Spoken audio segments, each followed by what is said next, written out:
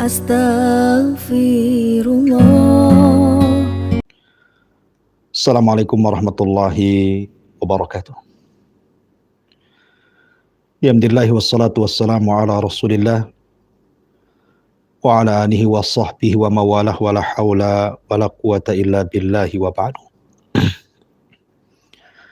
Faedah malam,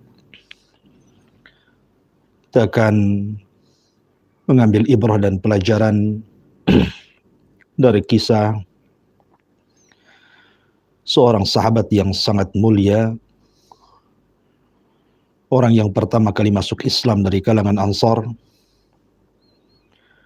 orang yang pertama kali berbaiat kepada Rasul dalam Bai'atul Aqabatil Ula dengan 12 sahabat Ansar, orang yang pertama kali menyebar hidayah di tengah-tengah Ansar, dan orang yang pertama kali melaksanakan sholat Jumat bersama sahabat Ansar, dan orang yang pertama kali dikubur di kuburan Baqi dari sahabat Ansar. Siapa dia? Dialah sahabat yang dikenal dengan sebutan As'ad ibn Zurarah Al-Ansari radhiyallahu anhu. Bagaimana kisahnya? Ma'asyiral muslimin yang dimuliakan Allah Subhanahu wa taala. Ketika kota Yathrib yang belakangan disebut Madinah masih di atas kegelapan Islam,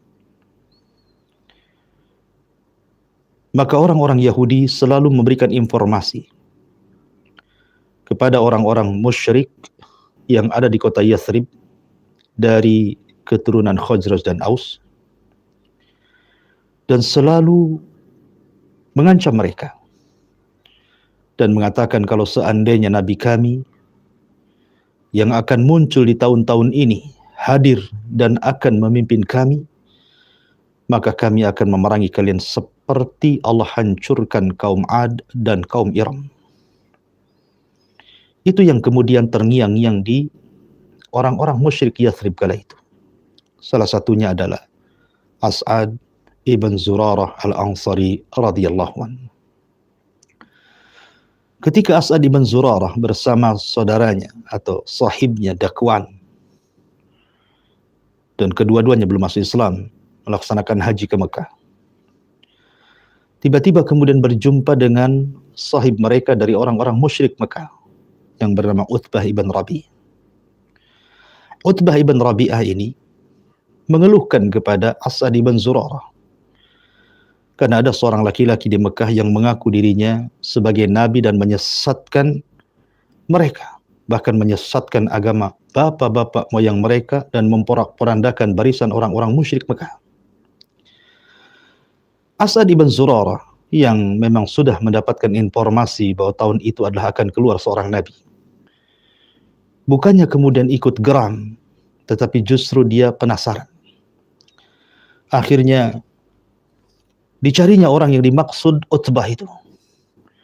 Rupanya dia berjumpa dengan Nabi Sallallahu Alaihi Wasallam dan dia sedang tawaf di Ka'bah melihat Rasul beribadah dengan ibadah yang berbeda dengan orang-orang musyrik yang sedang melaksanakan manasik haji ala jahiliyah tentunya. Kemudian As'ad berkenalan dengan Nabi Sallallahu Alaihi Wasallam, kemudian berbincang banyak sampai kemudian hidayah masuk ke dalam hati As'ad ibn Zurarah. Setelah Nabi Sallallahu Alaihi Wasallam banyak membacakan ayat-ayat Al-Quran, dan dia terngiang dengan ucapan orang-orang Yahudi. Jangan-jangan apa yang dikatakan orang Yahudi benar, bahwa ini yang dimaksud oleh mereka.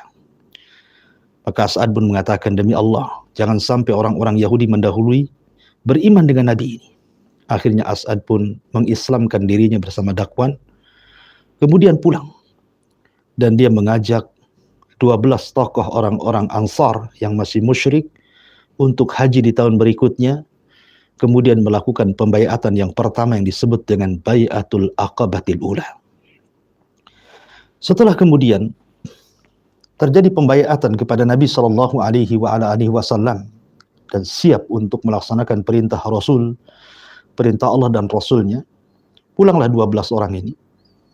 Kemudian mereka mengumpulkan manusia untuk baiat Aqabah yang kedua. Tapi sebab keislaman As'ad ibn Zurarah ini, kemudian meminta kepada Nabi SAW setelah pembaiatan Aqabah yang pertama agar Rasul mengirim kepada mereka di kota Yathrib seorang pendakwah. Maka Nabi SAW menyetujui diutusnya seorang safirul Islam yang pertama. Siapa dia? Dia adalah Mus'ab ibn Umair radhiyallahu anhu.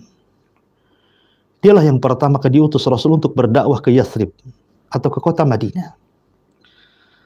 Maka Nabi SAW tidak memilih sembarang orang, tapi memilih orang yang paling tampan, yang paling ganteng, yang paling lembut, yang paling berakhlak, seorang orator yang pandai melobi.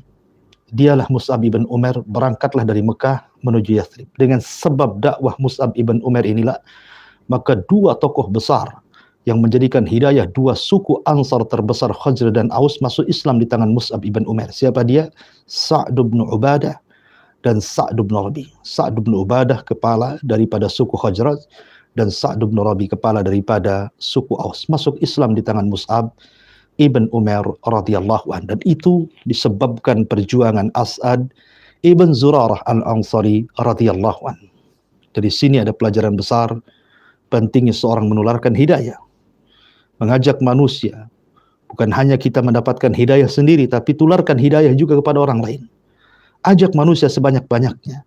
Karena Rasul mengatakan, man dalla ala hudan kana lahu ajrun wa ajru man amila ba'dahu la yanqusu min ujurihim syai'ah. Barang siapa yang menunjukkan manusia ke dalam hidayah, maka dia dapat pahala dan pahala orang yang mengikutinya sampai tidak mengurangi pahala mereka sedikit pun.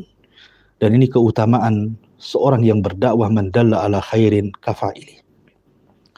Ma'asyiral muslimin yang dimuliakan Allah Subhanahu wa taala. Singkat cerita, setelah kemudian Islam menyebar di kalangan orang-orang Yathrib, maka Nabi SAW kemudian menghendaki untuk hijrah dari Mekah ke Madinah.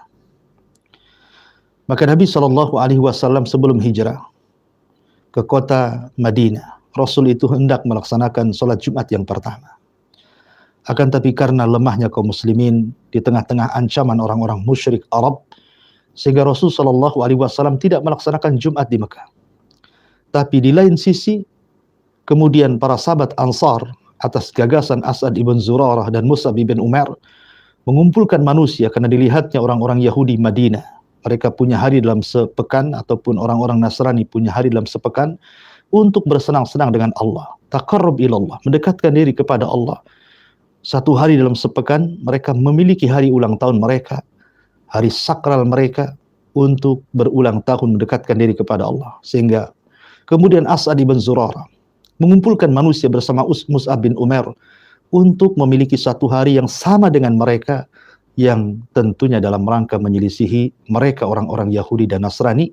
Maka dibentuklah sebuah ibadah syiar Islam yang kita kenal hari ini dengan salat Jumat, yang dulunya disebut hari Arubah, kemudian diganti dengan Yaumul Jum'at, hari di mana Allah Subhanahu wa taala memberikan kepada umat Islam keistimewaan besar yang tidak dianugerahkan kepada orang-orang Yahudi dan Nasrani. Sebab hari Jumat pernah Allah tawarkan kepada orang-orang Yahudi, tapi Yahudi menolaknya dan memilih hari Sabtu. Dan Allah tawarkan kepada orang-orang Nasrani, tapi juga Nasrani menolaknya. Justru mereka memilih hari Ahad. Ketika Allah tawarkan Yaumul Jum'ah kepada kaum muslimin, kepada umat Islam, umat Nabi SAW, maka mereka menerimanya. Sehingga ini adalah tafaddulan, betul-betul karunia Allah yang Allah anugerahkan kepada kita kaum muslimin, diberikan hari yang sangat mulia, Yaumul Jum'ah. Hari di mana Allah Subhanahu wa taala ciptakan Adam. Allah masukkan Adam ke surga, Allah keluarkan Adam dari surga, dan di hari ini pula lah Allah Subhanahu wa taala mengakhiri alam semesta alias kiamatul kubra. Ma'asyiral muslimin yang dimuliakan Allah Subhanahu wa taala. Maka dari sini sepakat bahwa sahabat yang pertama kali melaksanakan salat Jumat adalah As'ad ibn Zurarah.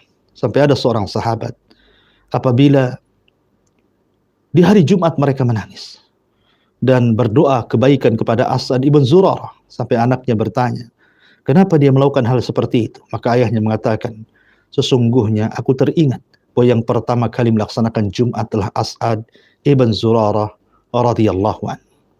Ma'asyiral muslimin yang dimuliakan Allah Azza wa Jalla, ketika Nabi SAW betul-betul hijrah ke Mekah, dari Mekah ke Madinah, kemudian 4 hari di Kuba dan membangun sebuah masjid, maka bertolaklah setelah 4 hari di Kuba menuju Madinah. Ketika perjalanan antara Kuba dan Madinah, maka singgahlah di Bani Salim. Maka Nabi SAW kemudian, karena datang di waktu zuhur, dan sholat zuhur adalah sholat yang pertama kali dilakukan Nabi SAW yang diajarkan Jibril kepadanya, dan ketepatan hari Jumat, maka Nabi SAW mengajak semua sahabat Ansar dan Muhajirin untuk melaksanakan sholat Jumat di Bani Salim. Maka inilah pertama kali Rasul melaksanakan sholat Jumat bersama para sahabat, sehingga turun surah Al-Jum'ah, idza nudiya lis-salati fas'au ila dzikrillahi wa dzarul bai', dan begitu seterusnya. Ma'asyiral muslimin yang dimuliakan Allah Subhanahu wa taala. Maka setelah Nabi SAW sampai di kota Madinah, Rasul membangun Masjid Nabawi. Masjid yang merupakan masjid kedua termulia setelah Haram, kemudian setelahnya adalah Aqsa. Berdasarkan hadis yang ma'ruf, siapa yang salat 1 rakaat di Masjidil Haram maka sama dengan 100.000 kali salat. Kemudian siapa yang salat 1 rakaat di Masjid Nabawi sama dengan 500 kali salat. Dan siapa yang salat di Masjidil Aqsa 1.000 kali salat, dan siapa yang salat di Masjidil Aqsa sama dengan 500 kali salat. Artinya bahwa keistimewaan Masjidil Nabawi lebih dibandingkan Masjidil Aqsa. Ma'asyiral muslimin yang dimuliakan Allah Subhanahu wa taala. Maka singkat cerita, As'ad pun berjuang bersama Nabi SAW. Akhirnya dia pun Allah uji dengan penyakit yang ketika itu tidak bisa diobati dengan cara yang lain kecuali dengan kai. Kai itu maksudnya bes yang dipanaskan kemudian diletakkan di luka-luka. Dan dialah sahabat yang pertama kali, yang akhir terkali, atau akhir yang diobati oleh Nabi SAW dengan kai, karena selepas itu Nabi SAW mengharamkan tidak boleh melakukan perobatan dengan kai. Bahkan Nabi SAW bersabda di hadapan para sahabatnya ketika menjelaskan 70.000 orang yang masuk surga tanpa hisab dan azab, maka Nabi SAW menyebutkan 4 sifat. Salah satunya alladzina la yastarqun wa la yaqtawun wala yatatayyarun wa ala rabbihim yatawakkalun. Orang yang tidak minta diruqyah, orang yang tidak minta dikai besi panas, dan orang yang tidak tatayyur, serta orang yang tawakal kepada Allah Subhanahu wa taala. Alasannya karena kai dikhawatirkan merusak kesempurnaan akidah, karena terkadang orang yang diobati dengan besi panas dikhawatirkan takutnya melebihi daripada takut kepada Allah Subhanahu wa taala, sehingga mengurangi kesempurnaan tauhid. Maka dengan sebab itulah Allah Subhanahu wa taala takdirkan penyakitnya semakin memarah, dan sebab itulah meninggalnya As'ad ibn Zurarah. Dan dia pun sahabat yang pertama kali dari kalangan Ansar tentunya yang dikubur di kuburan Baqi. Adapun dari Muhajirin yang pertama dikubur di kuburan Baqi adalah Utsman ibn Mad'un radhiyallahu an. Inilah faedah yang bisa saya sampaikan tentang seorang sahabat yang sangat mulia, As'ad ibn Zurarah. Mudah-mudahan manfaatnya. Subhanakallah bihamdika asyhadu an la ilaha illa anta astaghfiruka wa atubu ilaik. Wallahu ta'ala. Assalamualaikum warahmatullahi wabarakatuh.